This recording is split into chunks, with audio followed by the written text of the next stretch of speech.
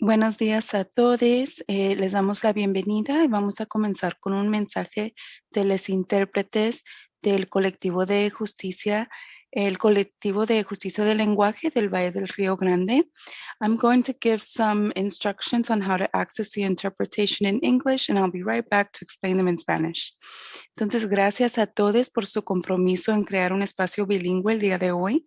La justicia del lenguaje incluye poder hablar, entender y hacerse entender en el idioma en que vive.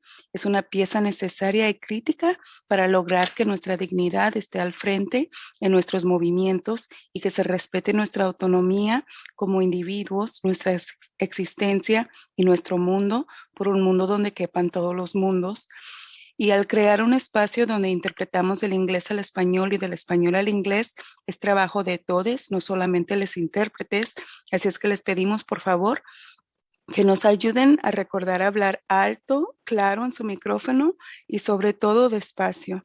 Por favor, no utilicen acrónimos que no todos conozcan, sino que digan todas las palabras que quieren representar. Y en un momento vamos a encender la función de interpretación aquí en Zoom. Usted va a ver un globo en la parte baja de su pantalla con un mensaje sobre la interpretación de idiomas. Va a hacer clic en el globo y va a elegir su idioma en el que le gustaría participar, ya sea inglés o español, para escuchar durante la sesión. Si nos acompaña a través de su celular o su tablet, puede hacer clic en los 3 puntos en la esquina derecha de la parte baja de su pantalla, elija interpretación de idiomas y después seleccione su idioma. Asegúrese siempre de hacer clic en finalizado y estaremos listos. Gracias. Thank you to everyone for your commitment to creating a bilingual space today.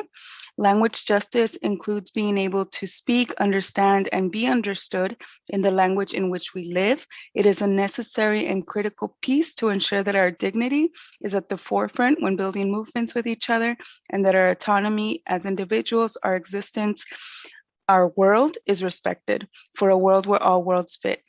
And creating a space where we interpret from English to Spanish and Spanish to English takes all of us, not just the interpreters. So we ask that you remember to please help us out by speaking loudly, clearly into your microphone, and most importantly, speaking slowly and at a moderate pace so we can capture everything that you're sharing. We ask that you please not use any acronyms that not everyone is familiarized with. And in a moment, we're going to start the interpretation function here on Zoom. You will see a globe in the lower part of your screen pop up. Please click on that globe and select the language in which you'd like to participate today, whether that's English or Spanish. And if you're joining through your smartphone or your tablet, you can click on the 3 dots on the bottom right corner of your screen, select language interpretation, and then choose your language. Make sure to always click on done and we'll be all set. We can now turn on the interpretation function. Thank you, everyone.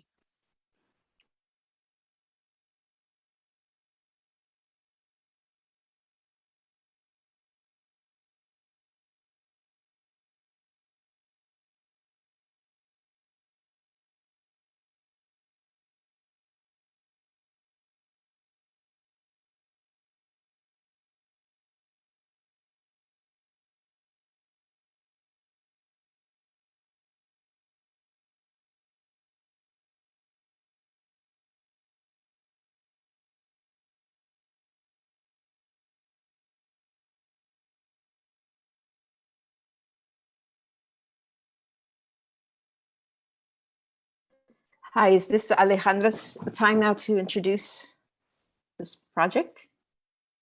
Oh, okay. Thank you so much. Yeah, buenos días. Good morning, everybody. My name is Alejandra Lenes, and I'm going to introduce the project. So the Democratizing Racial Justice Project, which is funded by the Andrew W. Mellon Foundation, was envisioned by Dr. Jackie Cuevas with Dr. Rhonda Gonzalez and myself. It is a collaborative project among UTSA's Women's Studies Institute in the Department of Race, Ethnicity, Gender, and Sexuality Studies, the Esperanza Peace and Justice Center, Alamo Community Colleges, Mexican American Civil Rights Institute, and the Institute of Texas Cultures to engage in community-based endeavors to envision and realize racial justice. Through site-based collaborations, Democratizing Racial Justice elevates co-created community knowledge for just societies, transform access to the academy for people of color and first-gen students, and propagates transformative pedagogies in ethnic studies and the humanities. Democratizing racial justice, building an established network of partners, brings together activist scholars, students, and community members to formulate community-centric ethical collaborations where people of color remember histories, responds to community needs, conduct collective research, and imagine thriving futures where racial justice is possible. Democratizing racial justice seeks to transform the role of higher education, ethnic studies, and the humanities in particular, has in combating the erasure of people of color and their histories and reimagining a society in which people are equally valued. So we thank you very much for joining us today for the People's Academy for our session on Punishing the Poor, a community response to San Antonio code enforcement in communities of color. Gracias, Alejandra. And I'm not sure who's doing the spotlighting, but if we can get rid of that slide for the next few folks, including the video. My name is Graciela Sanchez, and I'm here representing the Esperanza Peace and Justice Center. And with me today to help facilitate this conversation is Kayla Miranda. Kayla. Good morning, everyone. My name is Kayla Miranda, and I am a housing justice organizer on the west side of San Antonio. I started out because I was being wrongfully evicted, and I am a public housing tenant on the Apache side of the Alazan Apache courts. And the last few years, I have been working with community members with Esperanza Historic West Side. To fight the demolition of the Alazan, and now that that has been successful, we are working to preserve the neighborhood. Thank you, Kayla. So before we bring on Heather Way and the other amazing participants of this plática, I want to have Viviana or whoever's doing this work is go ahead and show a short four-minute video called La Gloria. This is the demolition of La Gloria in 2002 and part of the inspiration for our work.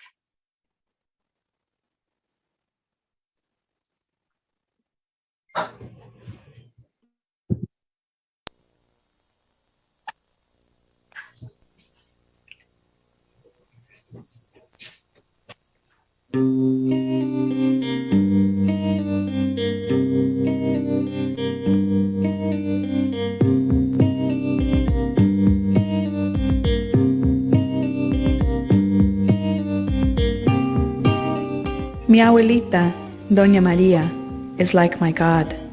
She's my spirit ghost guardian from the other side. Every once in a while, I pray to her, like Thursday evening after our court hearing. Underneath la luna llena, Coixauqui volando, I prayed to my grandmother to watch over La Gloria. With burning smoke, I walked a circle of protection around the building and lit a candle to Santa Marta. Marta slayed dragons. That was her milagro. When they found out that dragons didn't exist, they took away her sainthood. White light burning for Santa Marta. I thought that she and the spirit of my grandmother would help us fight our demonios, our demons. Gente hecha de corazón de piedra, que no ven, no escuchan, que no sienten. But the wind was burning strong that evening and blew the candle out. I looked up at the sky and saw the moon embarazada hidden behind the clouds, and I tried to imagine the people dancing on the rooftop of La Gloria. Black dresses brushed the tops of trees as they dance against the sky, 3 shades of blue touching each other underneath a full moon. My grandmother danced here, someone told me, and she is with you now. An 82-year-old woman donated $40 while we were fundraising for the building and said, "I'm going to dance there again," pointing to the dance floor in the sky. My own grandmother, the one I prayed to, never danced at La Gloria, nor did my mother. But that Monday after Easter, when they tore La Gloria down, I cried. Each time the bulldozer hit the building, I felt it in my heart, and I remembered my own history. Mi mami, una sata atrás India y China, inmigrante, inglés hablado con acento, piel morena, nariz de Olmeca. I remembered my own history. My grandmother, warrior woman, body of Coatlicue, partera, tortillas brought fresh from the tortilleria because she refused to cook. I remembered my own history. Mi piel más güera, being made fun of because of the way I spoke English, being made fun of because of the way I spoke Spanish. Each time the bulldozer hit the building, I felt it in my heart, and I remembered my own history, my 6 nieces and nephews, and wondered, who will tell them the stories of their people? Each time the bulldozer hit the building, I felt it in my heart, and I thought silently, this is cultural genocide. To take away our history is to kill our people, our soul, our spirit. I watched them tear La Gloria down and knew that even though my grandmother had never danced there, she was there that day too. With every brick fallen, I heard her say, "We cannot forget."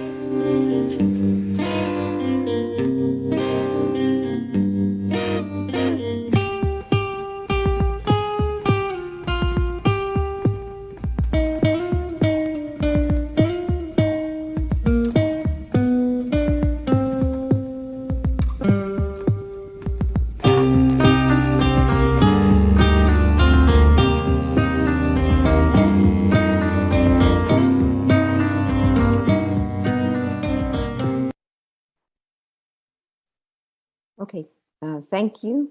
And we can get back to different formats that we can see people. Thank you. Again, my name is Graciela Sanchez, and it's always hard for me to listen and watch that video, even though it's almost a 20-year-old documentary.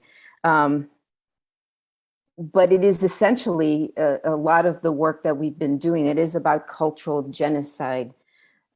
This was 2002, but I remember in 1998 marching with people from the Victoria courts as they tried to save the first public housing in the city that got demolished. It got demolished, I think, in 2000, but the people were demonstrating in 1998.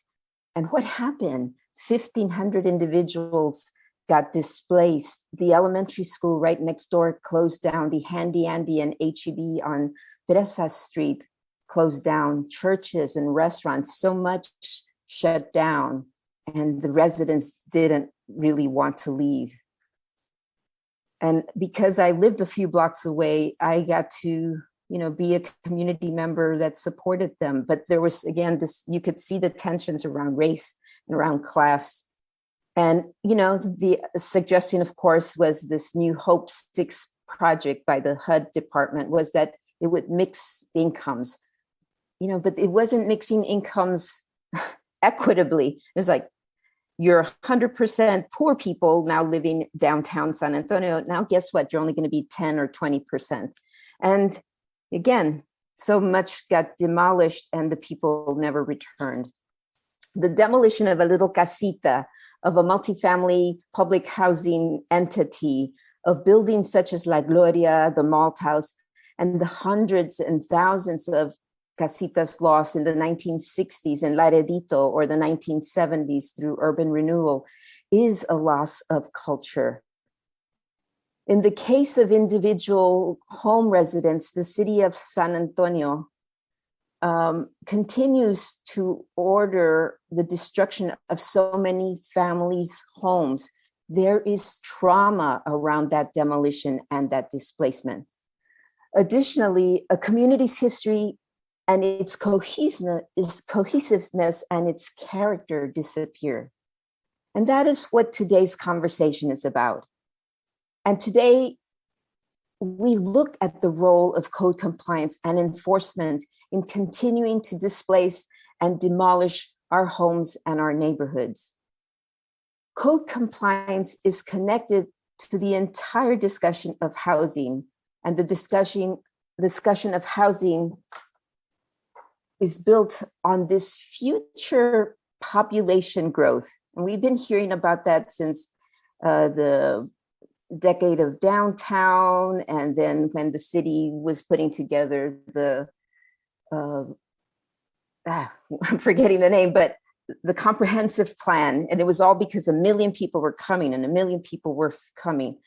And the fact is, it is about taking this West Side area, and sadly already having taken over the East Side, and transforming it into an affluent, professional family community, just like we've seen in what was then Victoria Courts and now Hemisphere, or the whole area known as Southtown. And again, I will just go back to a personal experience. I bought a home in what is now known as Southtown in 1992. I was, $27,000 home for 1,000 square feet. That same home today is valued at $273,000. And that, $172,000 of that is land value alone, right? I just looked that up this morning, so I know the numbers are correct. We West Siders and East Siders had to live in our neighborhoods because those with power and influence did not want us to live downtown. And so they got rid of us and they pushed us out on both sides. And for the last 120, 30 years, we lived in this very segregated redline neighborhood. But now everybody wants to come back downtown. So they all want to live downtown. And since they can't afford downtown, guess what? The neighborhood's right around. And so that's what we started seeing years ago. And because of that, we were concerned about the misuse of code compliance for years. And because we were doing the saving of La Gloria or Casa Maldonado back in 2008 to 2011, people who were being threatened with eviction and demolition did call the Esperanza. This was before the Historic West Side Residents Association came into existence, as well as the fact that WPA was just forming at that time. As we tried to offer people help and advice, we began to realize that those code violations were trivial and unfounded. Like, for one example, this woman that lives here on Buena Vista Street called and said, they keep on telling me that I have to get rid of this big piece of wood and it's not mine and I just don't know. And now it's costing me $2,000 or $3,000 and I have to go to, to the police station to deal with this. And she was traumatized.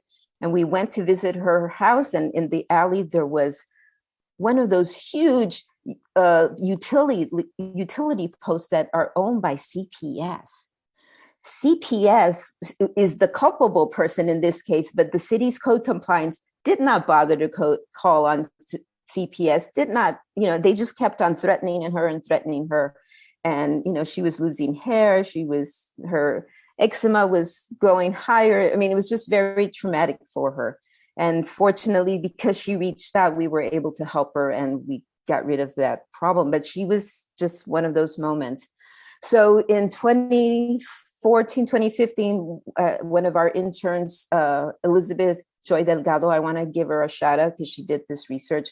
She ended up looking through code compliance violations and pulled together statistics initially between 2013 and 2015 or 2017. And what we see between 2013 and 2015 is that the code compliance violations that are highest are in Districts 2, and then District 5, and then District 1. And let's put together again what else is happening. In 2015 is when the Wheatley courts get demolished.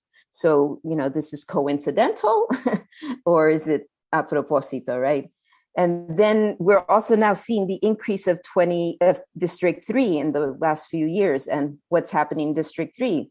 Well, UNESCO named the missions as part of the World Heritage, gave it a World Heritage status. So, you know, while they're improving the neighborhood, they're also getting rid of what we don't want to see.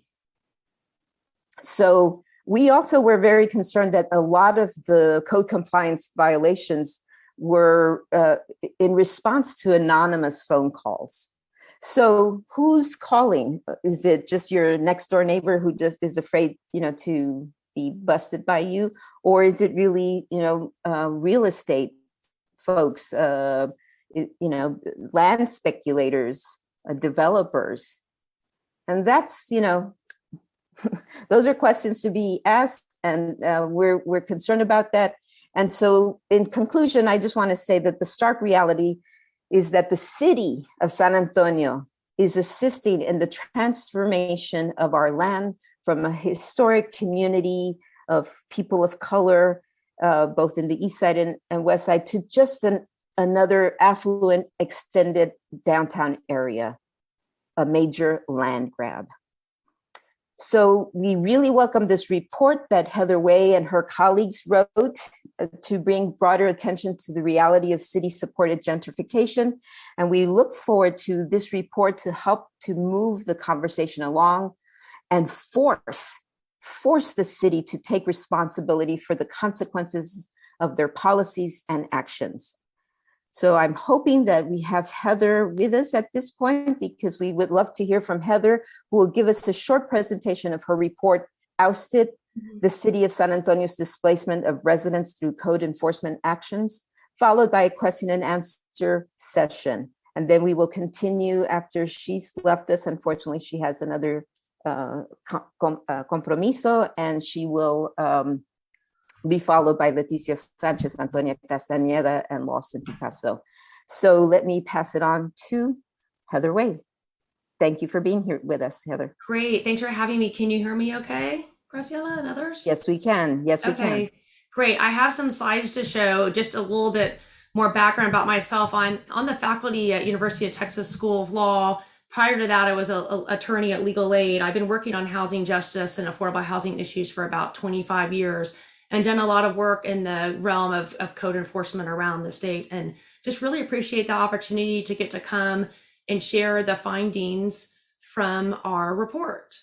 One of the things I want to point out is that the report is just a snapshot in time. We took a deep dive into examining the city of San Antonio's orders to vacate. These are orders that either city staff or the Building Standards Board issues to residents, telling them they're ordered to leave their homes within 48 to 72 hours. And then we also examined the city's use of demolition orders that are also often accompanied with one of these orders to vacate. And they're always accompanied with an order to vacate when the home is occupied. But I want to recognize that, as Graciela pointed out, that there's a larger history here, and that we just are focused on this one snapshot in time. And it's really important to understand that history, and want to call out that, you know, our report grew out of concerns that we were hearing from community leaders and residents through our partners such as Texas Housers. I also want to give a shout out to Texas Housers. Our report has a number of really important maps that do a great job of capturing visually what's happening with these orders, and that Texas Housers, Mia Lassif and the team there were responsible for putting those maps together. So I want to thank them for that. So just in terms of going through the slides, I just have a few slides. I want to just give you an overview of our findings. So if you could switch to the next slide. We have 5 key findings in our report, and we can go ahead and just skip over that because I'm going to go through each of these in order. And then just give a snapshot of our recommendations. There's a lot to cover in the report. I don't have time to cover it all, so I'm just going to give you a high-level overview. So our first finding is that San Antonio is by far an outlier when it comes to the use of these orders to vacate and demolish occupied homes. And by an outlier here, I think this graphic does a good job of capturing that from that period of time from 2015 to 2020, the city of San Antonio issued 626 orders to vacate and demolish occupied homes. These are people's homes, homeowners and renters. In contrast, the cities of Dallas, Houston, Austin, and Fort Worth combined issued no more than 16 such orders. And so it was clear to us in our research that San Antonio is taking a much more aggressive approach to using these code enforcement tools that are resulting in displacing people from their homes. Next slide, please. I then want to show you, if you can, yes, thank you. I want to share you a series of slides that hone in on this finding here, and that is about where these orders are concentrated. We looked at where these orders are concentrated and how they're connected to code enforcement activity. This map here shows where the city is conducting what they call code enforcement sweeps. These are proactive code enforcement actions where the city picks areas that they're going to send out code officers to target for code enforcement. So the areas in blue here are areas where the city is sending out officers to engage in what they call proactive code enforcement, where they're going out and proactively looking for code violations. And as you'll see, I mean, you recognize these neighborhoods here, the west side, east side, and south side. These are neighborhoods in San Antonio with some of the highest concentrations of Latino and Black residents. And then if you'll go to the next slide, we also then mapped where then the location of these orders to vacate and demolish. And you'll see here from this map, the darkest red areas are the areas of the city with the highest percentages of Hispanic or Latino and Black residents. And those are the areas where you see the highest concentration of these orders to vacate and demolish. So the black, green, and the red dots are the orders to vacate and demolish. And you'll see that really heavy concentration in those dark red areas. And then if you'll go to the next slide, I think it's really important, and Graciela talked about a lot of the history behind this, but this is really important because there's a huge racial justice component of this, that the same neighborhoods where you see the largest numbers of these orders, where people are being forced from their homes, are the same areas that have been shaped by decades of public and private disinvestment and racially discriminatory policies and laws. This map here are the federal government's historic redlining maps. These are areas that were mapped. The red areas are ones where banks were told, don't lend here. These are not safe neighborhoods. These also happen to be the neighborhoods that had the highest percentage of Black and Latino residents. And again, no coincidence that you see today, these are the areas where people couldn't get access to loans to repair their homes. And so it's no coincidence that these are the areas where families struggle the most to be able to repair and maintain their homes, and where you see the highest numbers of homes with repair challenges. Next slide, please. So this next slide is a finding of one of the things we did in a report is we identified where are the clusters, where do you see the highest concentration of these orders. And the two largest clusters of orders to vacate and demolish from 2015 to 2020 are in the near west side and near east side of the city. What you see, the highlighted areas here, yellow, orange, and red, are the census tracts with the highest total number of orders to vacate and demolish. And the red area right there in the heart of the near west side is the area with the highest number of orders. If we can go to the next slide, please. This just quick snapshot. This is from that time, this period of time, the council districts where you see the highest number of orders. Council District 5 is the highest with 299 orders, followed by Council Districts 2, 1, and 3. And the next slide, please. Just wanted to show one of the clusters. Here's the West Side cluster. where you see that this is where you see 4 out of the 5 census tracts with the highest number of these orders are in the near West Side. In these census tracts, the ethnic makeup is close to 95% Hispanic or Latino. The median age of homes is 73 years. The median household income is significantly lower than the city's median income. And one of the things we also did is we mapped the location of where development pressures are and where different federal and city incentives are in place to incentivize development. And you'll see that that is within and right on the border of this area where you see the largest number of these orders. Next slide, please. The third finding that we have in the report is that a finding about what we call due process, of making sure when someone is ordered from their home that they have a chance to a fair process and for their voices to be heard and a chance to dispute the city's findings.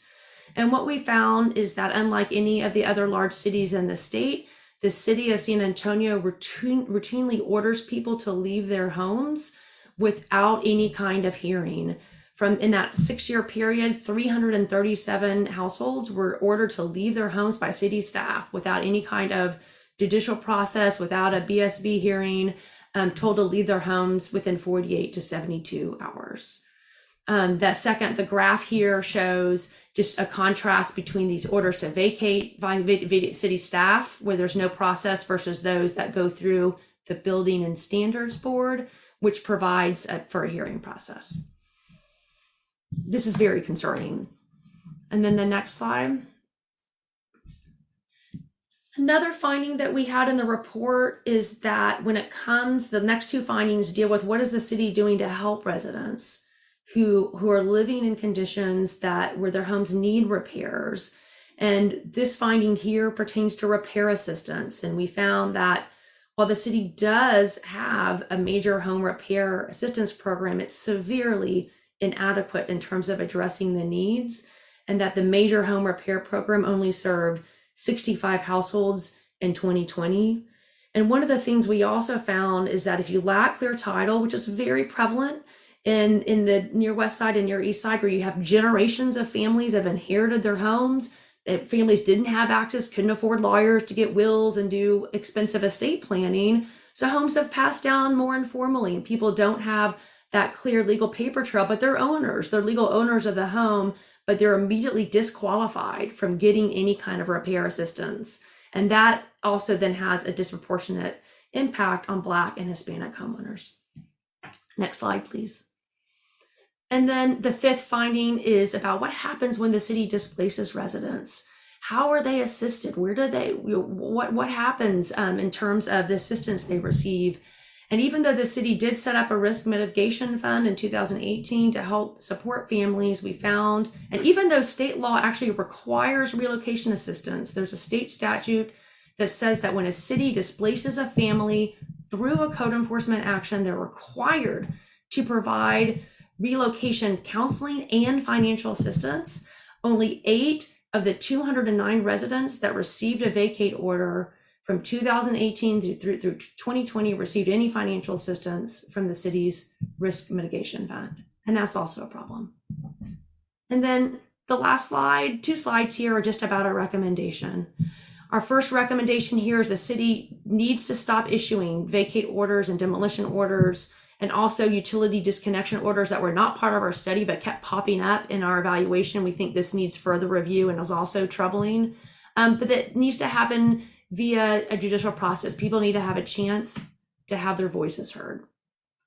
And then the second recommendation is to amend the city's code to limit the instances in which a city can force someone out of their home when the home has repair needs. The third recommendation is to expand access to the city's major and minor home repair programs. Let's do everything we can to keep people in their homes and not displace them. The fourth recommendation here is that there needs to be a code enforcement program that advances racial justice, and that there needs to be an elimination of code enforcement sweeps that target neighborhoods with high concentrations of Latino and Black residents.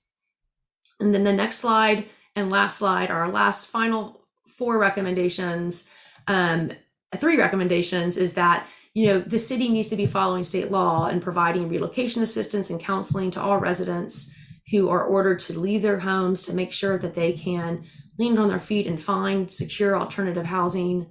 There needs to be a cooperative code and compliance program, a more cooperative approach to code enforcement, where instead of just coming in and telling people they need to leave their homes and leaving flyers of numbers to call, that we need social workers coming in to address a more holistic range of needs that many residents have, that there need to be other partners brought in to bring in with the primary goal of helping residents be able to stay in their home and to bring their home up into a condition that is safe and remains affordable. And then last, that before ever ordering someone to leave their homes, not only does there need to be a hearing, but people should have a right to a counsel, to attorney, to represent them and help them make their voices heard. And that's all I have in terms of the presentation, and ready to answer questions. Graciela, did you want to start out with some questions? I think Kayla was going to ask the first question. Maybe. So our first question is from Facebook, and it says, do you have the demographic ages of those orders as well? Does the data show that most of those are elderly individuals? That's a really good question. We do not. So we have this information came from the city that we're reporting through open records requests. So we have a list of all the addresses where all these orders, but the city doesn't, as far as we can tell, doesn't track demographic information on the specific orders. The demographic data I presented is from the census tract where these orders are concentrated. And so we pulled from the census data on, this census tract has the highest number of orders. What are the demographics in that community? We only looked at race, ethnicity, and income, but that information, someone could come in and pull in other demographic information, but we did not do that, unfortunately. Yeah, and maybe later on that person that asked that question can try to join in and give us some of her experiences or their experiences, sorry. Yeah, that'd be great to hear. Heather, I know that since your report came out, and in the same way that we found when we put together our reports, was they just ignored it and just, dismissed all that data. Again, coming from them, right? You can go to the city's, website and pull some of this stuff out just because they're trying to be transparent. But they're saying your numbers are wrong. You're not doing apples to apples. So Michael Shannon is dismissing your report. And as a matter of fact, on Monday at 10:30 at the B session, anybody watching this, go to city to the B session meeting. And maybe if you have a chance, come in and speak and say, I watched this plática and you're wrong and we're concerned about this. But how do you respond to Michael Shannon's dismissal of your numbers? And So our numbers are the city's numbers. And the spreadsheets we put together came directly from city open records requests. So we asked the city, tell us, send us a list of all the orders to vacate and demolish that you've issued in the past 6 years. At first, they were very reluctant to send that information. They didn't return our calls, but we did get that's the city's data. And when Michael's referring to comparing San Antonio with these other large cities, we had very in-depth conversations with all these other 4 large cities with the head of their code departments and sometimes their city attorneys were on the calls and said, listen, how often does someone forced out of their home, how often do you issue one of these orders in your city? And they're like, this is very rare. This is not something that, if we've done it at all, 4 times, 5 times most, they can actually remember the cases. Oh yeah, there was that one resident, we did everything to help. And that it was extremely dangerous. Like they really, they had to leave. And we provided them relocation assistance. And so it's just not correct to say that somehow we're not comparing the right data across these cities. It is. And there are former city San Antonio officials that work with some of these cities, and San Antonio has a reputation around the state of being a very aggressive enforcer when it comes to code enforcement and in terms of these types of actions. And I think the numbers back that up.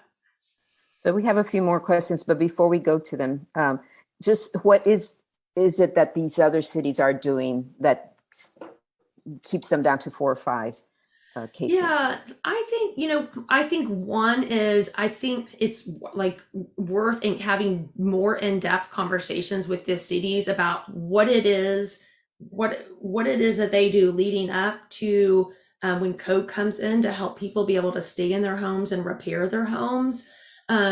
What we know is from these conversations about like what that process looks like. But one thing is just this culture of code enforcement. It's like the cities there say like, listen, we're only, if there's just like an imminent endangerment of risk where someone, just really, I mean, there are cases we need to recognize that where folks are, where they're better off, they need to be able to get some alternative shelter because there's been a fire or there's been some kind of major structural collapse in the shelter. We need to help them relocate. What the cities reported to us is they have lots of use of social workers. They bring in as many supports as possible to help people stay in their homes. But I think it's definitely worth a deeper examination of like comparing what those practices look like that we didn't get an opportunity to get to in this report that I wish we had. Thank you. Go ahead, Kayla. Do you want to ask a few other questions? Yeah. Trying to go back to the top of the questions. Do we know typically what happens to the residents who are displaced? And are there studies currently being done that anyone knows of? That is such an important question. And no, we don't, and we need to know. And that's something that should be part of the city's process, is a policy that tracks what those outcomes are. What happens to families when they're told they need to leave their home in 48 to 72 hours when their home is demolished? We've heard anecdotally, we know of families that have ended up in homeless shelters there, that have ended up in much worse conditions. But we don't have that data, and we should have it, and the city should be collecting it. And I think that's a really important policy change to be tracking that. We have a question from YouTube. How or will one be able to access your presentation and report? So where can people go to see your report?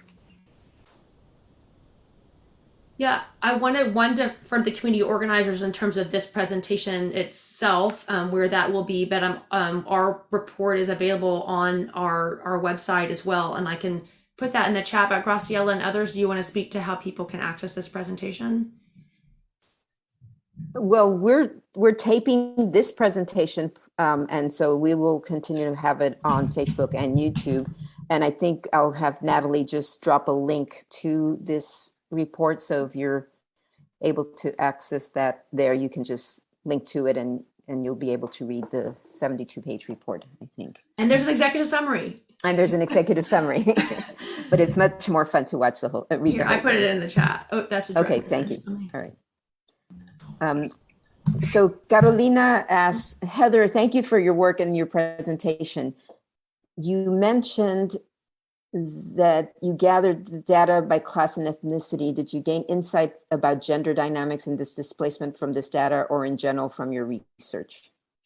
We did not look, sort of coming back sort of to that earlier question too, the data that we got from the city, and I don't think the city tracks this, they don't think they track race, ethnicity, or gender, or any demographic information about the families they're displacing. So the best information you can get is from the census, in terms of looking at what the demographics are in this census tracts, where you see the highest volume of these orders. But that doesn't get out exactly, I don't think that would do a good job of getting at what the gender is of residents who are most impacted by these orders, or like what the family status, how many people have kids living in the home or not. I haven't seen that information and don't know how to get that. but perhaps there's others on the phone who've done that kind of research that can chime in on that. But I think these are great questions of like, yeah, wanting to understand more. Maybe this is something, if the city of San Antonio is not adopting, could be another policy change. Hey, let's track this data.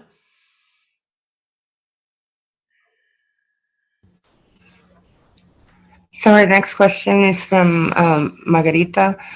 Clearly, the city has violated the rights of residents. With the evidence provided, can a major lawsuit be initiated by the community? It moved up 1 second. The community and other organizations. My chat box just flipped right up the screen.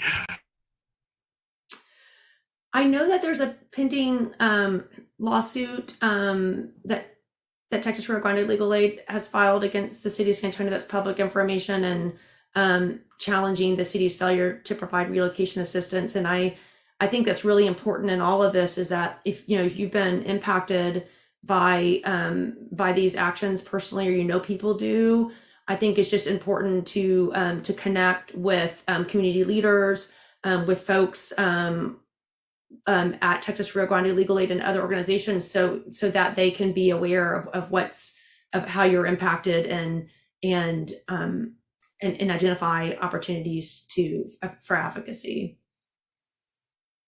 Yes, and I think a slide towards the end of this presentation, of this 2-hour presentation, will include 3 or 4 other legal services, including St. Mary's University's community, and with names and addresses and phone numbers. Oh, great. So we can do that.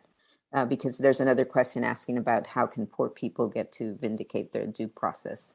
But yeah, I think it's great to be able to collect those, the stories, as I know that has already been done for years, but making sure that those stories are collected, and that that there's just, if folks' rights have been violated, that there's an opportunity for them to contact someone about that, so that those can be potentially part of any advocacy efforts. And there is a question about where families going to go, considering real estate and rental prices are extremely high. I mean, I think that's a question, and maybe we can actually leave it up to Antonia and Leticia, who are coming up next and who have been talking about these questions and concerns. Do you want to take Kamala's question? Yeah. Not to jump ahead, but how can we change city policy and procedure? Exposing the damage is crucial, but there should not one more demolition or other major code compliance damaging abatement.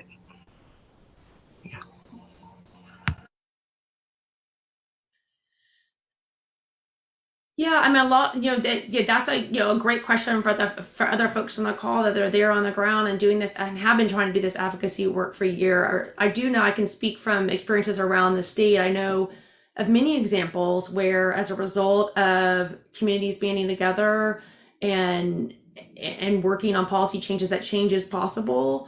I know here in the city of Austin, where I'm based out of, that there were, for a number of years, groups that banded together and were able to get a number of positive reforms, improving the code enforcement and making sure that their activities were advancing housing justice and racial and social justice. And I know in Dallas that a group of community leaders were able to come in and band together community residents and leaders to get some positive changes there. So change is possible, and like everything, it's about making your voice heard. And I know that's that's been done for years there, and as time has met a wall. But I think it's just important. I know it's hard, but just to not give up. And I know I'm not sure about your time, Heather. It's 10:53, but we have a question about how could we have a more restorative approach to maintaining safe and affordable housing. I don't know if, again, you've seen this in Dallas or Fort Worth or Houston or Austin. Yeah, I've been thinking about this a lot more since actually we came out with a report and been talking to more people about the report. And one of the ideas that came to mind is, I think that different city departments have different values and different goals. And then I do see a fundamental problem of having code enforcement be part of all of it, part of the development, part of the DSD development services department, separate from housing, because the housing department has a goal of hopefully helping people access and preserve affordable housing.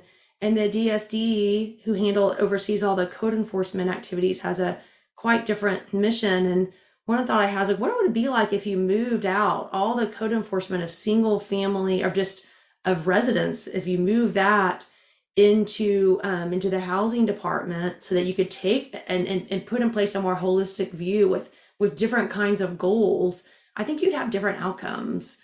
So that's not something I put in the report. It's something I've just been thinking a lot about, is, how do you create this more holistic outlook? And I think one is doing a better job of having sort of a unified mission and approach, and not these competing missions of departments who are out there in these communities. Yeah, and I know that we've been asking for that. And again, maybe Leti or Antonia can speak to that. But in the same way that we're talking about domestic violence cases shouldn't just be about police coming to the front and, not knowing what to do, that they come in with a team. The same thing with police brutality. I mean, just don't send a police officer when it's a mental, a need for a mental social service worker to come in and so things like that. And I do think there's a new demolition diversion program that City Council's a pilot program that was set up this summer that I understand maybe it's just been used recently, maybe just for the first time. And it'll be a program to track, but I think there's potential there. Yeah, the idea of like, okay, if like, hopefully there's more of a holistic approach being taken in those cases. I don't know yet. It's a new program and remains to be seen, but potentially a really positive opportunity there to bring in a more holistic approach.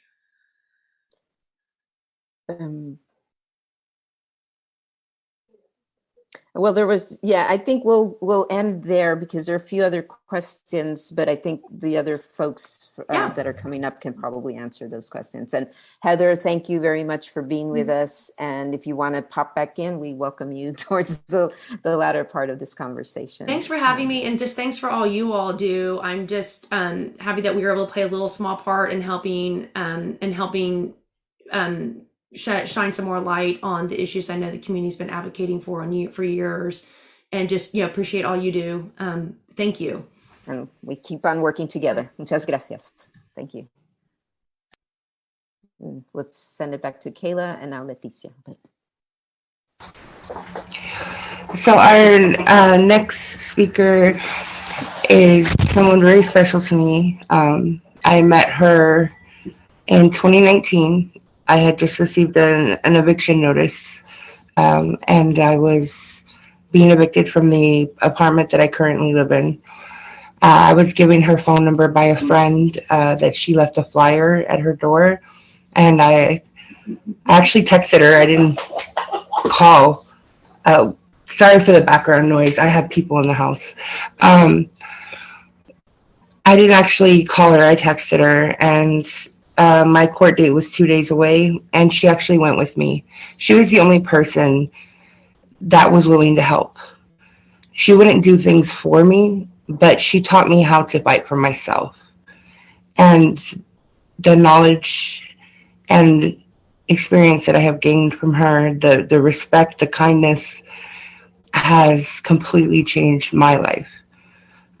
Here I am 2 years later. I just served on the bond committee, the housing bond committee for the city. And last week I was just appointed to the building standards board, where I will be serving for D5.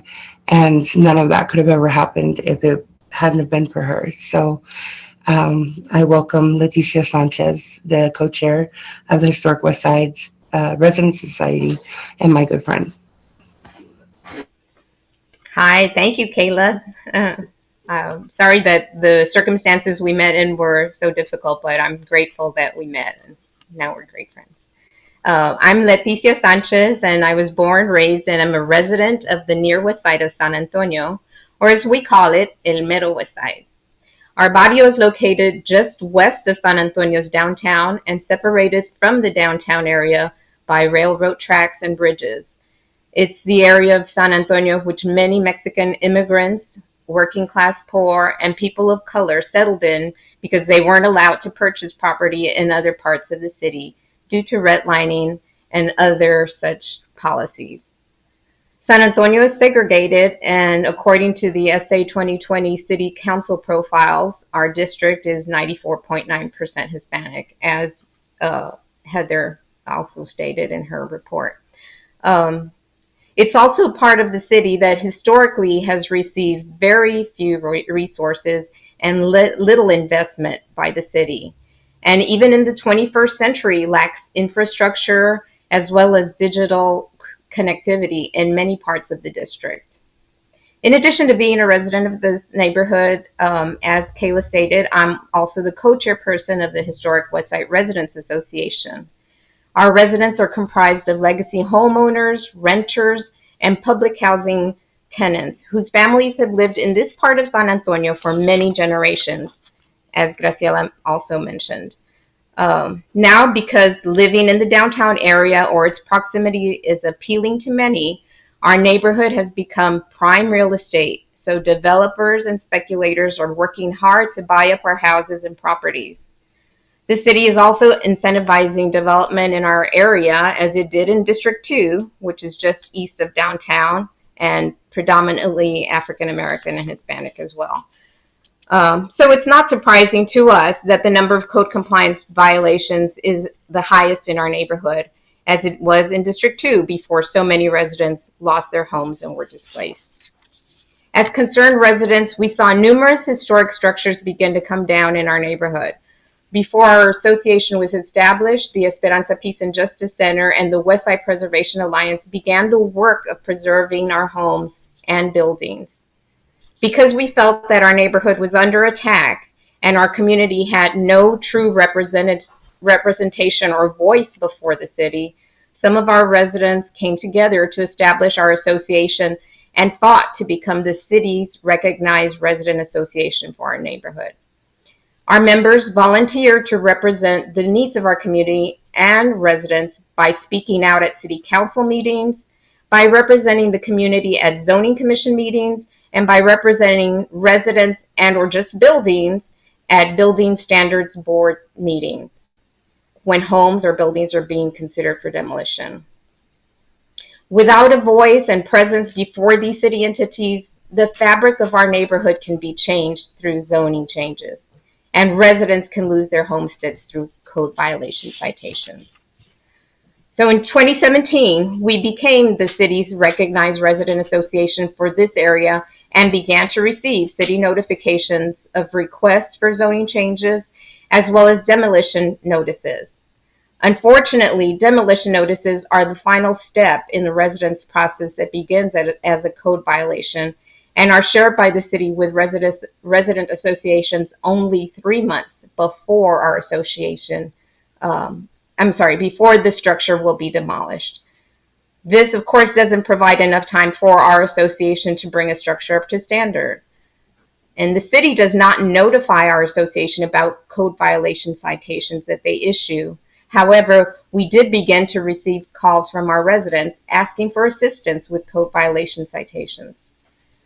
Many of our homeowners are senior citizens who are either physically unable to do their own repairs or yard work and or on fixed incomes and can't afford to hire someone to do their yard work or repair work.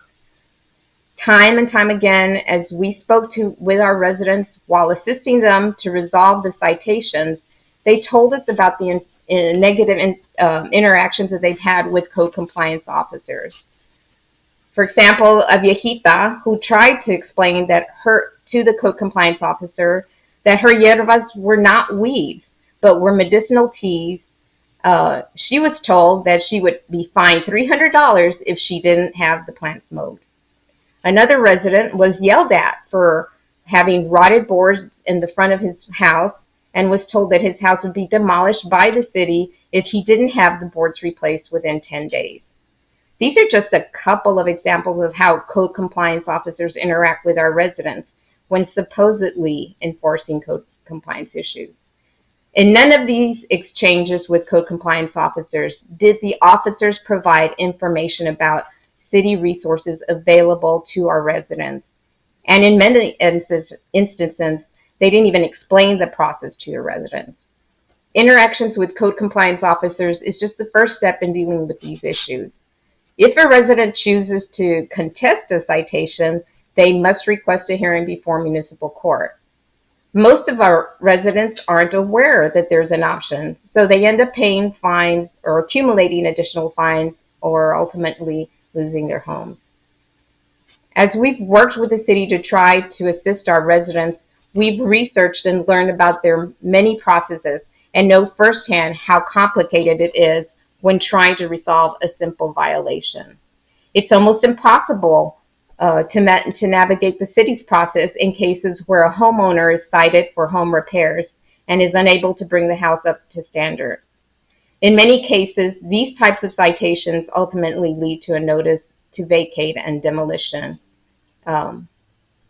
We brought to the department's city staff attention that a lot of the language used by their department is very technical and difficult for most people to understand, and we've asked that changes be made to the language. So here I'm sharing the flow chart that the city has on its website with a visual of the process that a resident would go through. If the resident would choose to contest, there's no information on the chart informing them of what documents or information they should present to help them with their case. For example, residents who go before this board at their hearing and may just plead for extended time to make improvements to their house are more than likely to be denied the time and will ultimately lose their case. However, if an individual has hired an engineer to provide a scope of work and presents an estimate from a contractor, then they may be more likely given additional time to work on improvements. For some who may have been advised by compliance officers to get a scope of work, the technical language was not understood, leaving the resident to try to overcome the language hurdle. If, however, it was explained, most of our residents would be unable to afford to hire engineers or contractors. So as we've worked with individual residents to resolve code compliance and demolition cases, we've worked together with the Esperanza Peace and Justice Center and the Westside Preservation Alliance on developing strategies to help our residents and identifying policy changes at the city that will help our residents remain in their homes.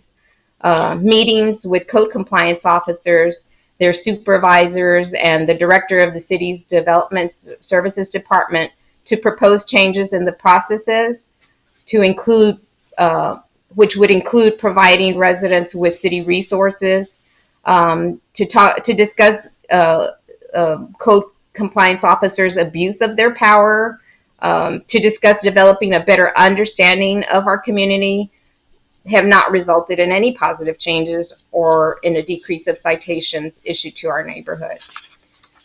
The Esperanza Peace and Justice Center has then shared with our association data that they collected in 2015 on code violations and demolition citations that were issued from the city of San Antonio, which showed that residents in District 5 were receiving the highest number of code violation citations in the city, followed by the residents of District 2, which is just east of San Antonio's downtown. As we continued our work to assist residents, the pandemic hit, but code compliance violations and demolition notices did not decrease. Our residents were anxious and stressed at the thought of having to pay code violation fees or losing their homes at a time when many were losing their jobs. Our association reached out to the mayor, city council members, the city manager, and other city staff to request a moratorium on demolitions during the pandemic. However, we received only two responses, and they were from city council members neither of which were our representatives. So our association developed a PowerPoint presentation which included the data that the Esperanza Peace and Justice Center had compiled in 2015, as well as some of the heat maps that the Texas housers who had joined in on our fight, and we added additional information about code violations and demolitions impacting our residents, and what was causing many to be displaced. As well as we also provided recommendations for changes in the process. We felt that the city should place a moratorium on owner-occupied houses until the city staff could make changes to the processes that were making it impossible for our residents to remain in their homes. One of the most critical being that case managers would be placed on every case to ensure that property owners would get wraparound services and resources that the city should provide. And as Heather stated, is actually legally required by the state to provide. But at one point, we were actually told by the city that it isn't legally required for them to provide services to our residents or to find them other locations to move to if they are being displaced. So we schedule meetings with our former city councilwoman and her staff to present our new PowerPoint and data to make another formal request for a demolition moratorium. The former councilwoman didn't meet with us, but we did meet with her staff.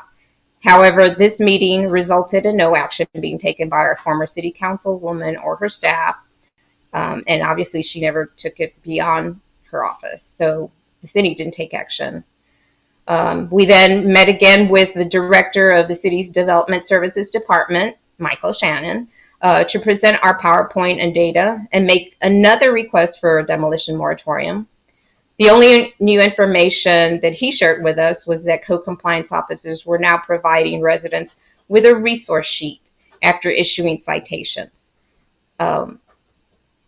which is not very helpful if our residents even had received any, because from those that we've worked with, we haven't heard that they have received any. A subsequent meeting with DSD, which was called by our new city councilwoman, Terry Castillo, did result in that department agreeing to provide her office with a monthly list of houses identified as dangerous premises, which is now, so that's earlier in the process, and will allow our association with more than 3 months to try to assist residents. So all of the data and recommendations made by the Esperanza Peace and Justice Center, the Westside Preservation Alliance, and the Historic Westside Residents Association have been presented to the city staff years before and have basically been ignored by the city staff. It's only now that the UT School of Law's ousted report has been published that the city is being forced to respond to questions regarding compliance and demolition issues that we've been presenting to them for several years. Unfortunately, Michael Shannon continues to deny that the facts presented before him are true, and we're afraid that this may result in the city's continued code sweeps in our neighborhood, in more demolitions, and ultimately in the displacement of more of our residents. We remain hopeful, but with increasing property taxes and developers preying on our residents' properties, it's becoming more and more difficult to keep our residents in their homes. We're also hopeful because our new city councilwoman, who is a member of our association, a young woman who came on concerned about her neighborhood, the neighborhood she grew up in, and is now representing our neighborhood and knows the issues, so is working to make city policy changes at the city level that'll help to stop these code violations and demolitions. And as Heather mentioned, she also was able to get the city to fund a demolition mitigation pilot so that we can work on ways to mitigate these demolitions. So that's our participation in code violations and demolitions. We are also very involved with our public housing residents who get targeted with notices to vacate. So anyway, that's what we're up to. Thank you.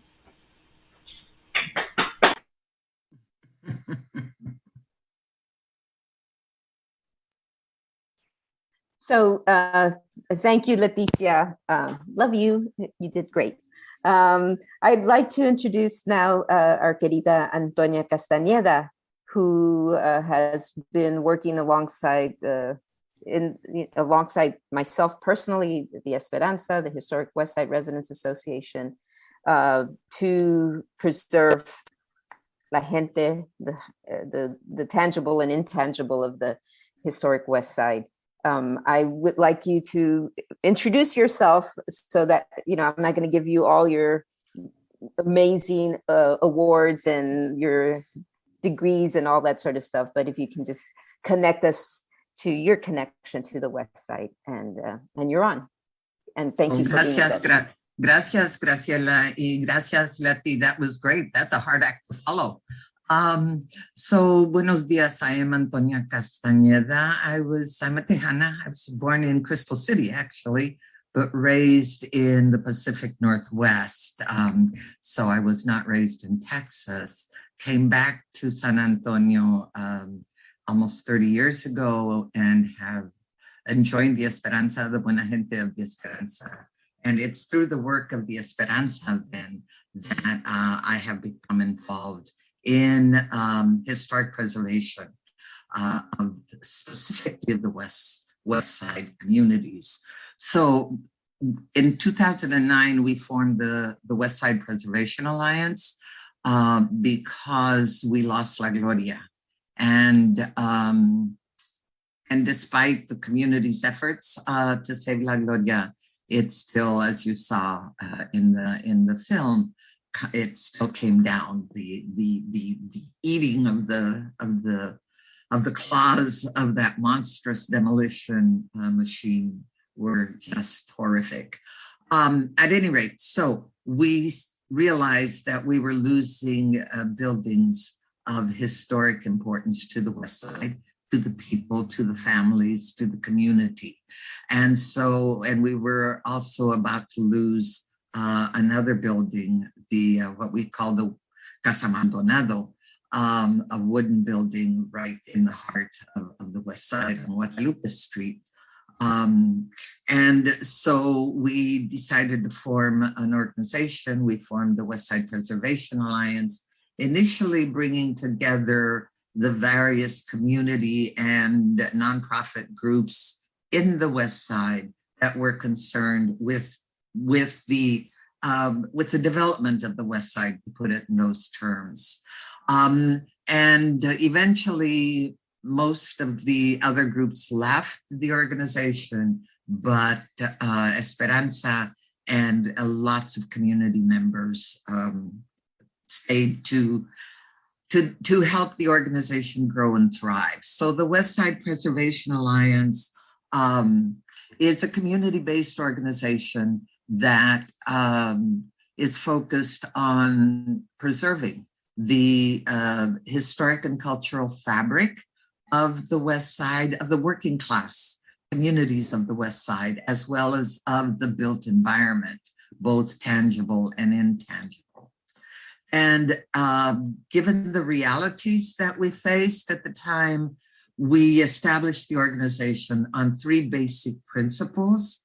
One is concientización, because we realized that both in the West Side, both the communities and the city offices, city departments that were concerned with historic preservation and related issues had no sense of the importance of the West Side, of its history, of its culture, of its people, of its communities, of its central importance to the development of San Antonio.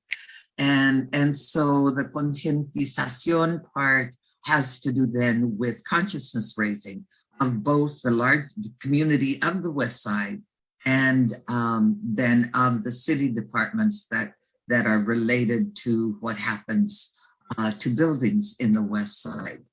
And when I say concientización, I'm not indicating or meaning that people in the community, that gente don't know their history.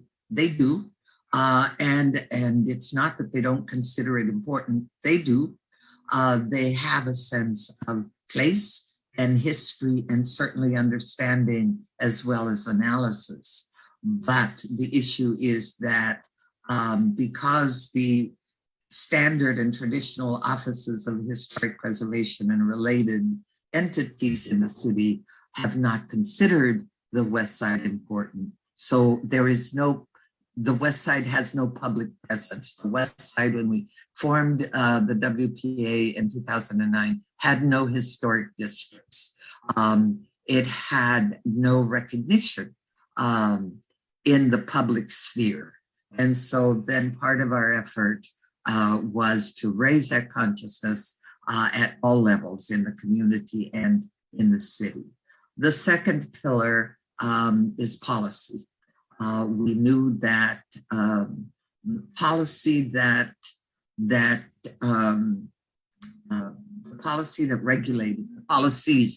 regulated the city, not only in historic preservation, but in other dimensions, did not respond and did not account for the needs of the people and communities in the West Side, as we just saw in this discussion of code compliance.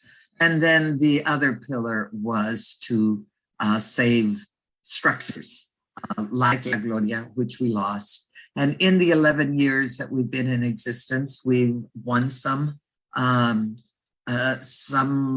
battles, to put it in those terms, although I don't like military terms. We've won some of our efforts to save buildings, and then we have lost some. And in one of those losses, the Univision building, which housed and was the first Spanish language radio station in the United States and the entire universe, and also the first Spanish language television station. And we lost that building. And I want to underscore a couple of points in this regard.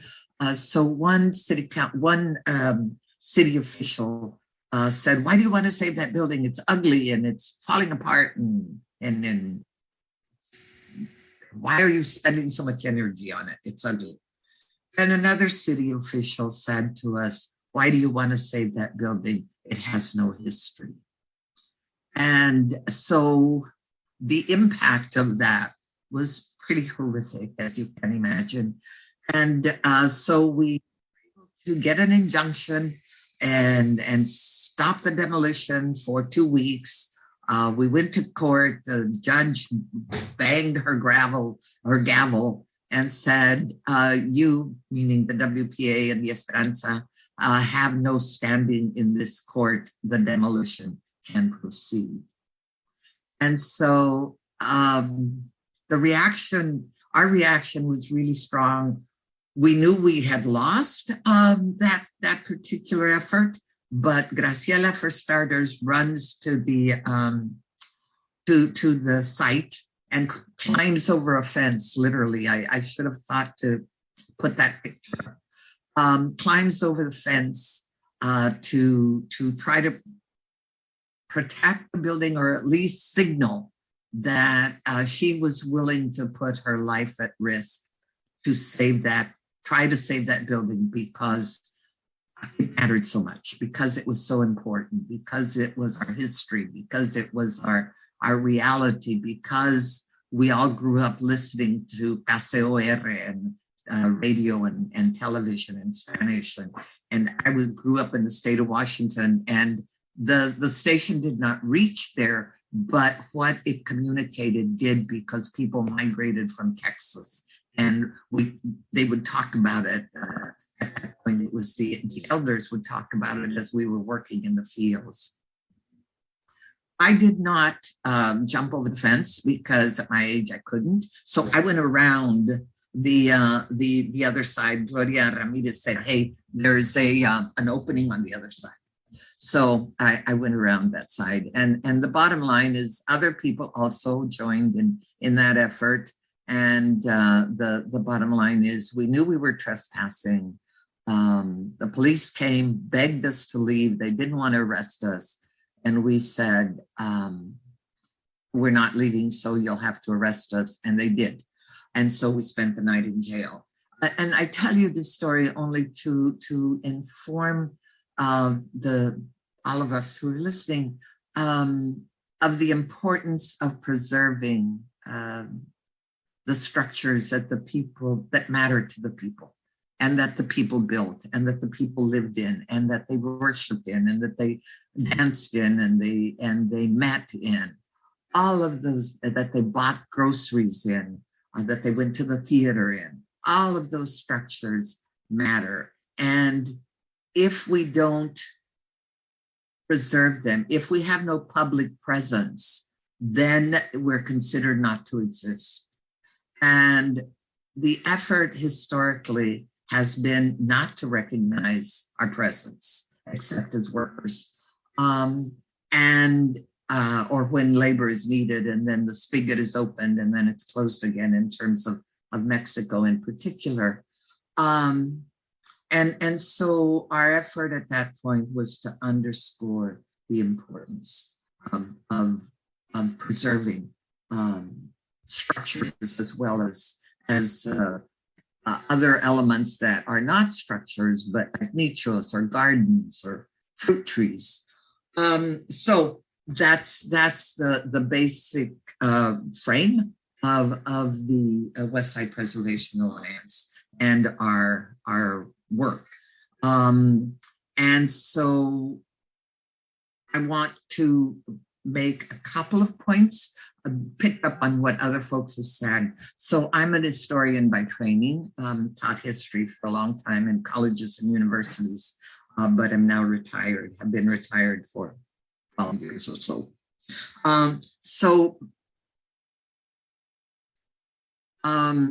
Heather Way commented that San Antonio was an outlier in terms of large cities in Texas that had few code compliance issues and removal of people from their homes. And so I want to comment, I want us to understand historical trajectories, what they mean, and how they are manifest then so many years later. So one can say San Antonio is an outlier. On the other hand, we can say, no, it's not. That is intentional. So if we look at the cities that Heather mentioned, San Antonio, Dallas, Houston, Austin, and Fort Worth, San Antonio is the only quote unquote Mexican city, or the only Hispanic Latino city, and has been historically. And so the structures of inequality that we're living with now were established very, very early in the 19th century. And so one can say that San Antonio is an outlier, but I understand the comparison, and I appreciate it, but I want us to understand that quote unquote outlier status is really a historical status, and really is the logical consequence of all of those structured inequalities and relationships, and how city government has historically treated San Antonio's West Side and East Side. So in that sense, no, San Antonio is not an outlier. San Antonio is very much the current reality of code compliance is a consequence of the history that we're talking about. And of the elements that shaped public and private disinvestment, including redlining, no banks, no grocery stores, and so on. There was something else I wanted to mention before I forget.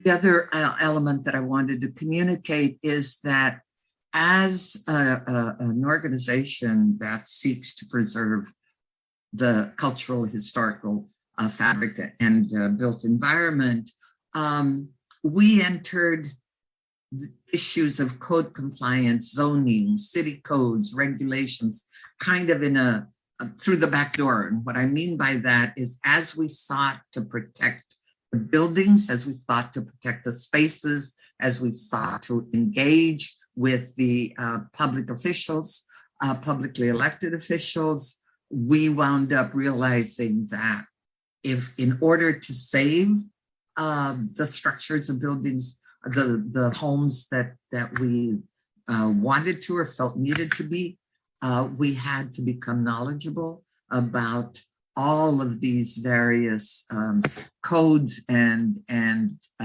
strictures and restrictions. And so we entered into those spaces that we were not, this is not our field. And so it was learning on the ground, and in my case, not learning very well, but Leticia and Graciela and Kayla and other folks have. It was about going to city council meetings. It was about meeting with city council people and trying to convince them. And in some cases we could, and in other cases we couldn't. It was about organizing community to come to city council meetings and to speak and to be heard and to engage. And so I don't think the city council, the city council of San Antonio had ever had a group of people come in with accordions and play their accordions and sing and speak and use the cultural forms that we have to communicate the issues, the political issues, the economic issues, the cultural issues, the historical issues. And so, so I think I'll stop. Let me check the time. Yeah, I think I'll stop there so we have some time for additional questions and discussion and conversación.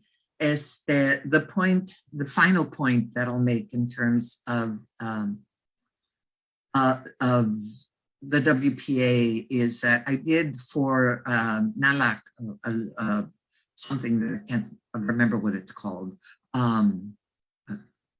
where you talk for 5 minutes and that's it. So I did a very brief talk, and I'll only use a couple of sentences of it. What I said is, si no contamos nuestra historia, no contamos en la historia. So let me end there. Thank you for being with us. This is a great session and a great conversation. And gracias mil.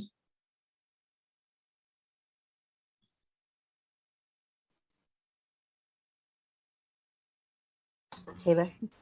So our next panelist is going to be Lawson Picasso.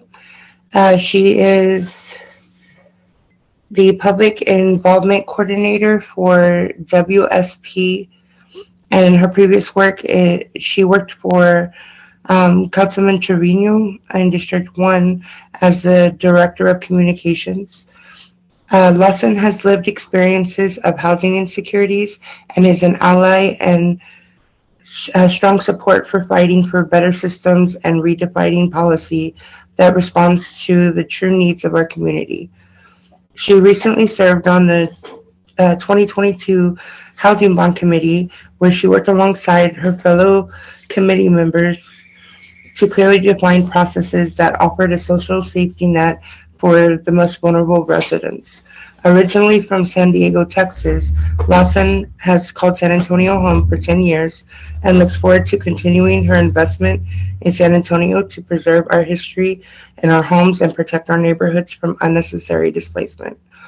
And I can just say that working alongside Lawson on the bond committee, she really has fire, and I loved working with her. So Lawson, take over. Thank you, Kayla. I appreciate that. And thank you all for allowing me the space to be able to talk to you all today about my experiences here in San Antonio, and how I've used my own personal experiences in my life, both as an adolescent and as an adult, who has, as an adolescent, as a child, I grew up and housing was always wishy-washy. I was raised by some wonderful, amazing women. And with half of my life was spent with my grandmother, and half of my life was spent of being raised by my mom. And I am so incredibly proud of that experience.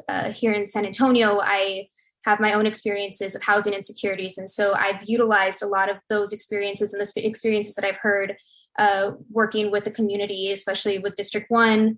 And especially this past year during a pandemic, when it was very evident that these issues were always here before. It's just they were finally given a spotlight and amplified, and the work was starting to get done a little bit faster. As Kayla mentioned, I was very fortunate to represent District 2 on the housing committee for the upcoming bond. And though $150 million will not be is not enough to support the need, it was a great start, and I was happy to be able to align myself with other committee members to be able to fight and advocating and identifying those funds that would best support the needs of our most vulnerable community and the bigger areas of disparity. It's been mentioned before. I think it's very concerning about the research that was done by UT Austin and showing the increase of demolitions because of code violations. One thing that Councilman Roberto Trevino had always supported was identifying ways that we could alleviate some of these demolitions. And in fact, the Under One Roof program came into fruition and was born from his effort to try to preserve a home and to keep people in their homes. And kind of identifying that when looking at the housing bond, we were very unique in the sense of that we weren't identifying specific projects. We were looking at process, which for me was a beautiful thing because it opened up the floodgates to ensuring that language was incorporated into our process to ensure that when we are looking at housing, when we are looking at our communities, that we are not displacing them by gentrifying neighborhoods, by increasing their property taxes, by it becoming a snowball of effects in what the city has defined as support, right? As help. It's like, oh, we're developing new homes in these areas, and we thought this is what you wanted, and that's not the need. The need is not to try to develop new homes that are going to push people out, but to try to keep people in the homes that they have and the neighborhoods that they have. And so one of the motions that I made this past Wednesday was to incorporate, give teeth to a process which is called the request for proposal process, also known as RFP, and incorporate the displacement impact assessment into that process. And so what this would do, it would require every single agency, every developer, every organization that is wanting to submit or to bid on any projects that would require bond funding, to incorporate what their plan would be to ensuring that folks that may be impacted, whether it's directly or indirectly, that there is an assessment there, that there is a proactive plan of engagement and how they're going to support them. And so initially there was the language is not as clearly defined, and the way that it read was that, it would just be before this impact assessment would just have to be done before awarding the bond funding. And I did not like that because it just seemed like it was just going to be another box to be checked and not a real comprehensive, meaningful way of ensuring that another developer did not come in here just to check the box and continue to go with their agenda as per usual. And it's in requiring it at the very beginning, it means that everybody who wants this money, everybody who says they want to make an impact and help people, they had to have this in place. They had to ensure that they were going to have a plan, and they had to ensure that what they were planning to do was in the best interest for the community, and it would be part of their scoring process. So much like for those that are not as familiar with the request for proposal process, they have to score, they have to get a certain grade. And based on that grade is how we define what the top, typically 3 to 5 contractors are the ones to be interviewed as like the finalist before they're receiving funding. And so in looking at that, I didn't want us to just look at the finalists. I wanted us to look at everybody. I wanted there to be something in place for everybody to ensure that everybody was looking at these projects with an equitable lens. So I am a big supporter for, and I've lived here for 10 years and officially feel like I am San Antonian. I can finally say that, this is it. I made the decade mark, and have been so humbled by the stories that I've heard, the history that is here. And I mean, you can go into any neighborhood, and every neighborhood has a pulse, it has a heartbeat, and there's a story and there's history. And San Antonio is one of many, many layers of history and especially in the West Side. And so in ensuring this and in seeing that the demolitions are occurring, it both breaks my heart and frustrates me, because we listen to the city and how they are able to easily justify their actions. And I always have an ear to the ground and trying to figure out the puzzle, figure out, okay, where is the justification coming from? One of the things that we also hear on city council is, well, what was the ROI? What was the return of investment? And for me, I believe, and I've seen it based on my experiences with District 1 and us really combing through budgets and funding and process and programs that have been put in place for housing.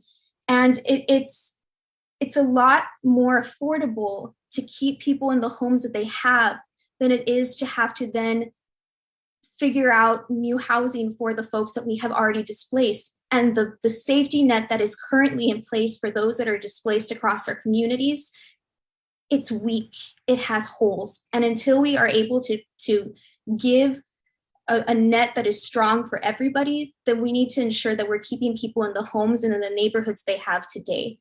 And so I have been a big advocate for ensuring that, we look at everybody, we look at our seniors, we look at the folks that are currently experiencing homelessness, that we ensure that, those that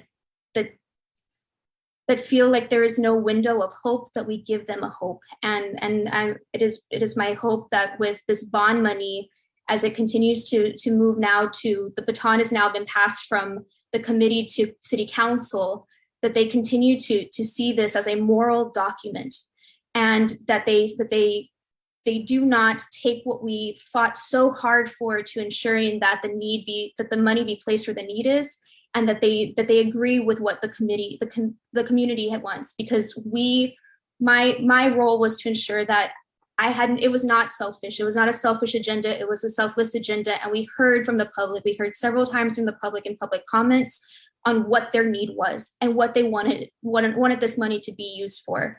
And I hope that as our elected officials, that they continue to do what their community is asking of them. And then, continuing to advocate for that once it goes to a vote, and it's now back in our hands to be able to ensure that this passes and that these funds go there.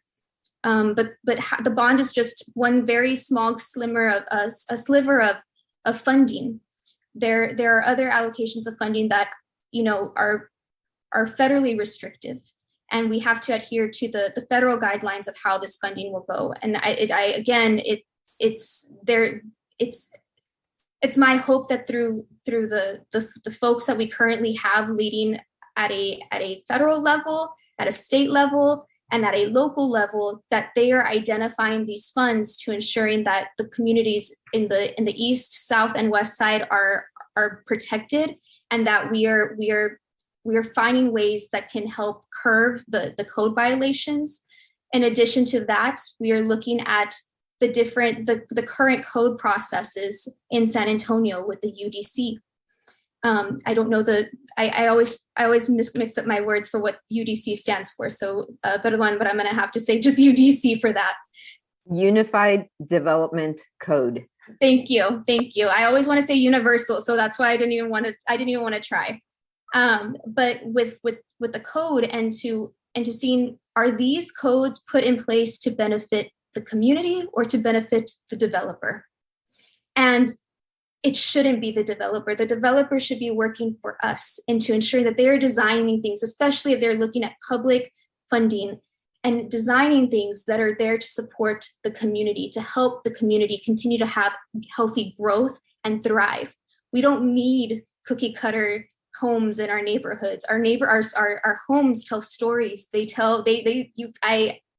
fact, I just mentioned to a colleague of mine who was coming in from Chicago, and I said, you can go into some of these neighborhoods and you can smell the masa, you can smell the good food, you can hear the music on a Sunday when it's time to, you're ready to clean and you have the music going. This is the pulse of our community. These are the stories. And if we continue to just allow for these processes to not be held accountable to what they're doing to humanity, these are people, then what is it? And so I'm really, really happy that this year, especially coming out of a pandemic, we are having these conversations. So this is a good segue to start the question and answers. And we'll start with you, Lawson, but then we'll move on to Antonia and Leti, or Kayla, or whoever else wants to answer these questions. But Lawson, will there be money in the bond to help residents repair their homes? And 2, what can we do to get that bond approved? Absolutely, yes. I have the paper in front of me where we advocated for funding. Home ownership rehabilitation and preservation, we were able to get it to, I believe it was 45 or 50. I can't remember. We were able to get it up, but we were able to, there will be about $45 million that will be going towards allocating funding for rehabilitation preservation. Unfortunately, there was some language changes there that it would be for households making up to 50% of the area median income, but it would prioritize folks that are at the 30% area median income. So that was a win for us, that we would have money allocated for that. Okay, and for people who don't know what 30% or 50% area median income, do you or Kayla want to share what that amount is? So for area median income, that means that 30% of their, you know what, I'm going to let Kayla, because I feel like I'm going to mix my words up here too.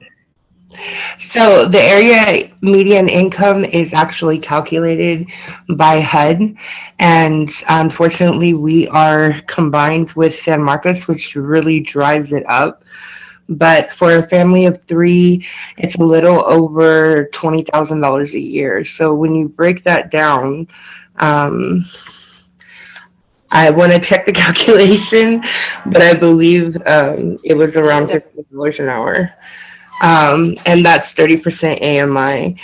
And then at the 50% AMI, again, it depends on your family size. If you're looking at a single individual, that same level is going to be much higher because it's just one person in the household. But 50% was around $38,000 a year. So that's still a really low income, and there is a huge area of need between the 30 and 50% AMI, but the need is more than double at 30% and below.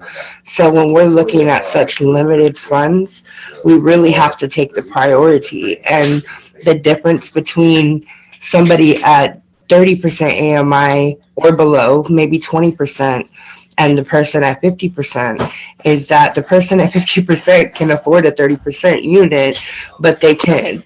The person at 20% cannot afford that 50% unit. It's impossible. You just don't make what that. I was trying to do is to avoid 30%, 50%, but basically, just to say the numbers, like, so, you know, the neighborhood that the Alazano Pache courts are in, the average income for people there is between $8,000 and $10,000. Yes, that puts us on, right, Social Security, SSI. You know, it's very limited, and so when you're being told you can buy a home or, you know, whatever at 50%, you can't even buy anything beyond. You can't, you know, yeah, rent has to be at $200 and $300 and $400 max, right? And so anyway, I don't want to get caught up in this. I did want to continue asking. Are there other questions like people can put down on Facebook? I know Jorge Esteves, who used to work for Shirley Gonzalez, mentions here, many developers have been white men from Austin and other places that come to profit from our systemic oppression. Yep. Antonia, Leti, do you all want to try to hit that, or other people who are Lawson or Kayla? Well, I'm happy to even give an experience on this. The housing committee actually went on a bus tour. And on the bus tour, they identified certain locations that would basically be examples of the projects. And the first one was a Franklin development in the medical center that was for workforce housing. So folks that were making about 60% of the area median income and above. And again, a little healthier of an income there. And so the CEO was there, the president was there, and he gave us swag and fed us breakfast. And it was a white man. And he tried to tell us that he knew what was in the best interest for the community, which is very, it was humorous. So I 100% agree that we are seeing these developers coming from out of San Antonio and or being white, and them not really having that pulse for what the community actually needs and what the investment should be on. Well, I just want to say, in our experience as residents, what we are sick and tired of hearing is that development will help to improve our situation, our lived experience. And, you know, that's always to us interpreted as, oh, here comes the great white hope to save the poor Mexicans from their fate of, you know, being uneducated or unskilled or whatever, when in fact, no, we're very skilled, we are educated, but the city has ignored our neighborhood. And so, you know, we're in the situation, as Antonia said, because of policies that the city put years, you know, generations before. So I'm sorry, Antonia wants to. Yeah, thank you. Thank you, Leti, and thank you, Lawson. So the only thing I wanted to add, just to pick up on it, is that, yes, there are these folks coming from out of town, and by and large, they're white, they're Euro-American, but the city welcomes them. So for me, the issue is not these folks coming in, it's what the city does or doesn't do, and what policies the city does or doesn't put in place. And so the city welcomes outside developers, and they also, as well as inside developers, and they also, oftentimes the city, when hiring for positions, will bring in people from the outside. When the city wants a study done, they bring in a consulting firm from Boston or Philadelphia or North Carolina. So for me, the issue isn't the people coming from the outside, it's what the city does or doesn't do, and what policies and regulations and requirements it has, or more specifically, doesn't have. So for me, organizing is to organize at the city level and hold the city and our publicly elected officials accountable. Yeah, I mean, I think what we saw with the decade of downtown was not only millions, but billions of dollars that were invested in not 0, 30, 50, 80% AMI, but luxury apartments, luxury housing for whoever could afford the thousands of dollars to buy these places or rent. And now when we're trying to ask for the same equity and put the monies into poor and working class people, they get scared, they balk, they say no, that's too much money, right? So what do you all want to comment on that? Well, what I'm seeing is that there are so many people, even here in San Antonio, that aren't aware that there are still workers out there making $8 an hour. I mean, they hear that and they're shocked. But the fact is, there are so many places still hiring at $8 and $10 an hour, and that is just not a livable wage. So this stigma around being low income, they say that you're uneducated, they say that you don't want to work or you're not a hard worker. Some of these jobs are the hardest jobs in the world. I mean, I remember when I worked at a gas station, I was a manager, but I was still working 10 hours, 12 hours on my feet. I had people smack me. I've been robbed at gunpoint. I've had slushies thrown at my head, people yelling and screaming at me when their credit cards don't work. People are so rude and disrespectful to service workers, and they don't make a good wage. It's just, they don't. So until we can start paying our people the right dollars for their work, then we need to make sure that the housing reflects the wage here. I mean, the city has no problem spending billions of dollars on ridiculous things, but they don't want to pay their workers. Because even the city has the Parks and Rec starting at $9.79 an hour. And I will add on that, we talk about, and I 100% agree, we need to keep our elected officials accountable. The frustrating part is that the folks on the city staff, besides the city manager, they don't have an expiration date.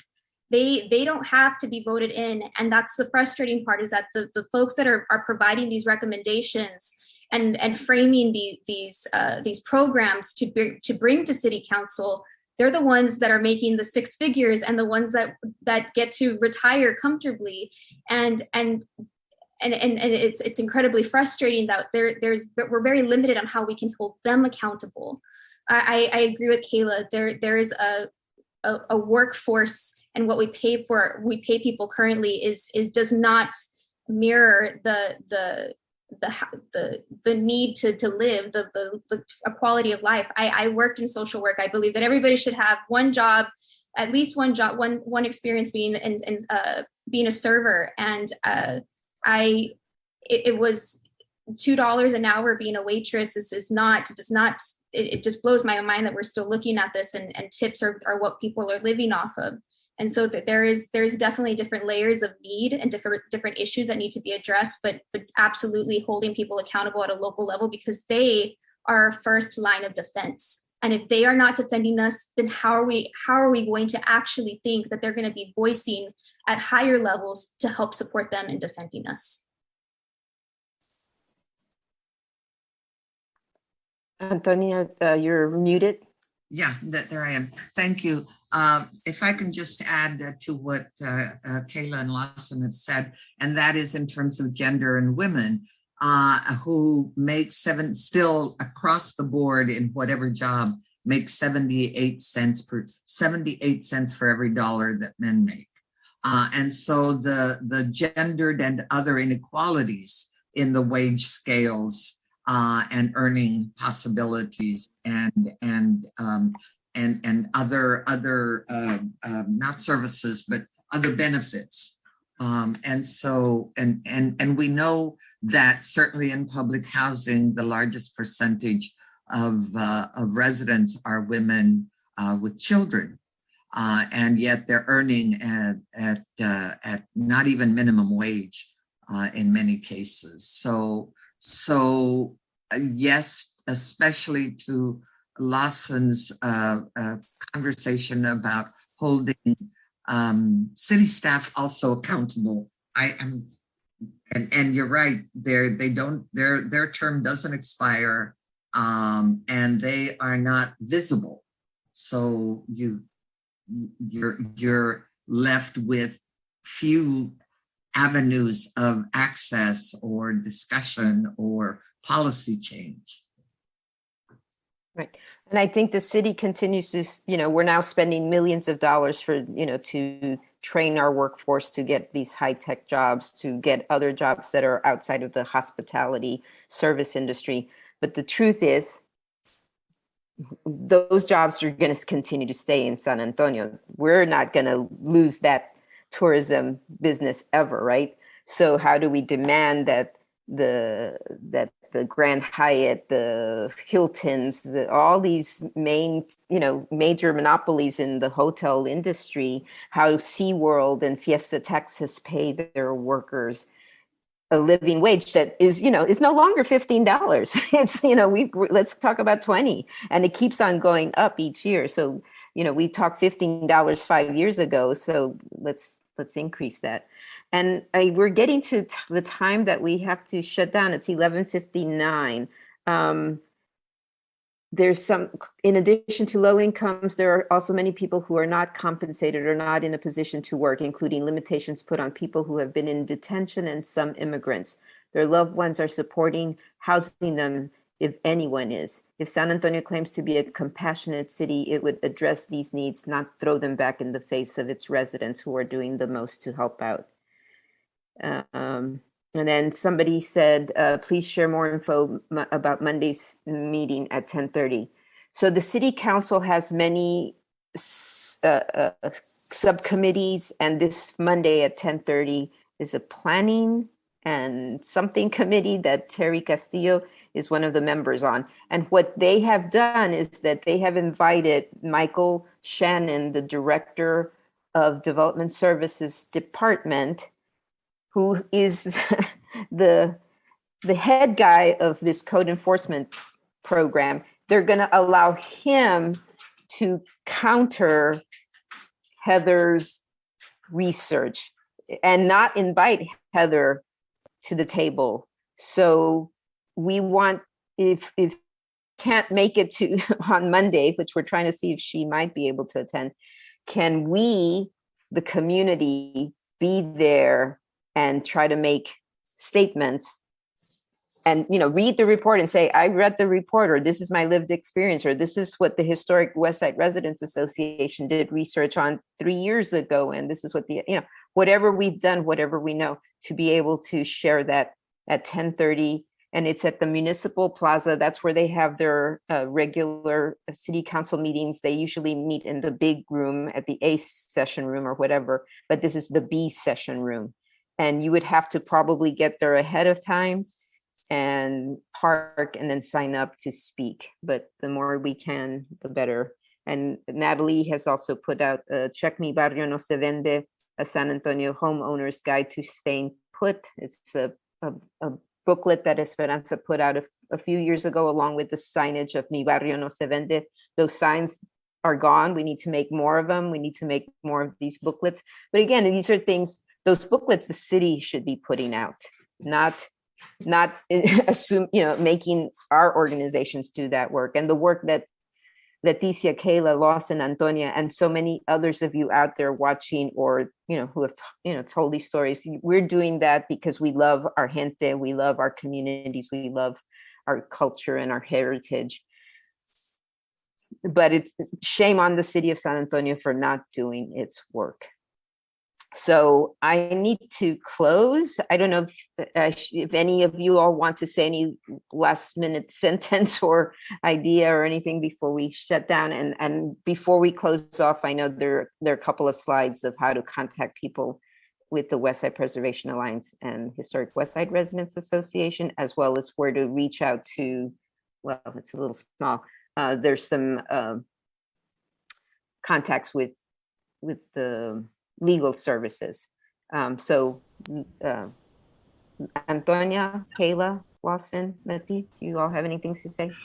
I just want to say that the most important thing that anyone can ever do is use their voice and use their lived experiences to make change.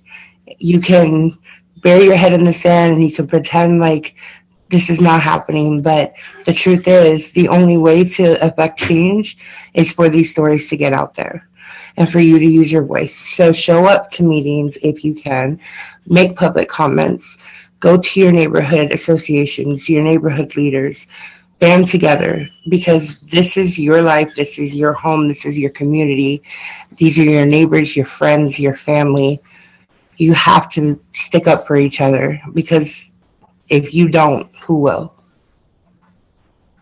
Organize, organize, organize. And organize some more. And organize some more. And mil gracias, everybody. Thank you to all of the organizers, the interpreters, the speakers, and the people who attended and who stayed with us for the 2 hours or for whatever amount of time they could.